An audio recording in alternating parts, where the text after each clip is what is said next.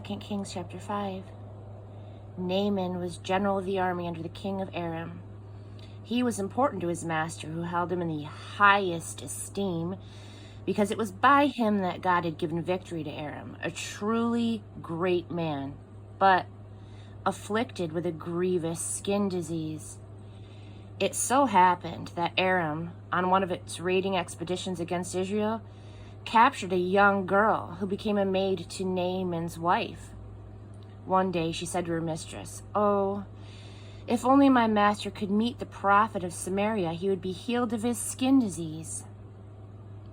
Naaman went straight to his master and reported what the girl from Israel had said.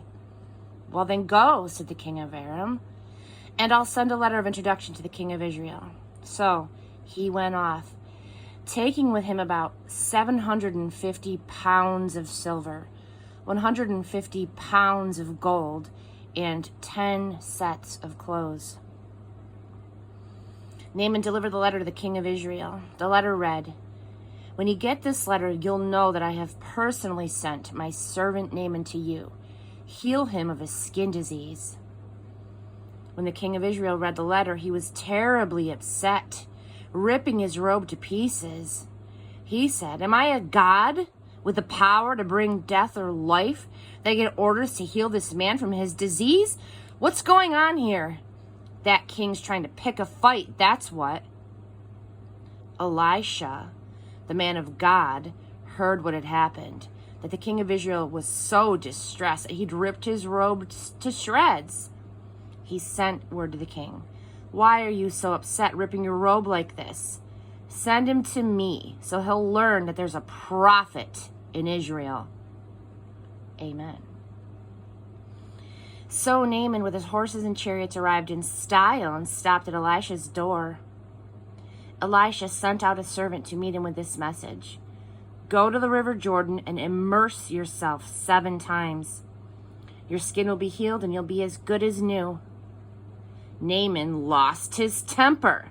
He turned on his heel, saying, "I thought he would personally come out and meet me, call on the name of God, wave his hand over the diseased spot, and get rid of the disease.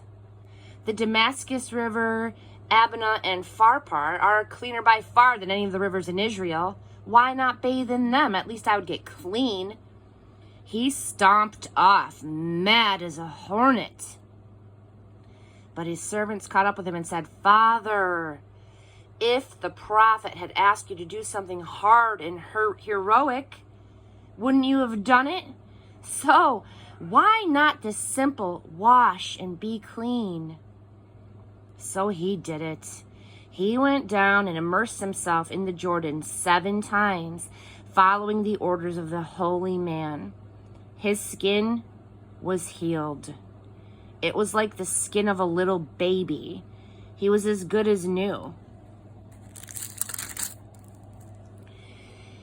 He then went back to the holy man. He and his entourage stood before him and said, "I now know beyond a shadow of a doubt that there is no God anywhere on earth other than the God of Israel. In gratitude, let me give you a gift." "As God lives," Elisha replied, "the God whom I serve, I will take nothing from you." Naaman tried his best to get him to take something, but he wouldn't do it. "If you won't take anything," said Naaman, "let me ask you for something.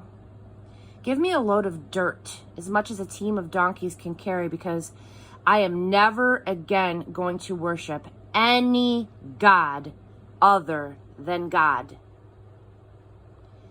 But there's one thing for which I need God's pardon. When my master, leaning on my arm, enters the shrine of Rimmon and worships there, and I'm with him there, worshiping Rimmon, may you see to it that God forgive me for this." Elisha said, "Everything will be all right. Go in peace." But he hadn't gone far when Gehazi, servant to Elisha the holy man, said to himself, "My master has let this Aramaean Naaman slip through his fingers without so much as a thank you By the living God, I'm going after him to get something or other from him. And Gehazi took off after Naaman. Naaman saw him running after him and jumped down from his chariot to greet him. Is something wrong? Nothing's wrong, but something's come up. My master sent me to tell you. 2 young men just showed up from the hill country of Ephraim, brothers from the guild of prophets. Supply their needs with the gift of 75 pounds of silver and a couple of sets of clothes. Naaman said, of course, how about 150 pounds? Naaman insisted. He tied up the money in 2 sacks and he gave him the 2 sets of clothes. He even gave him 2 servants to carry the gifts back with him.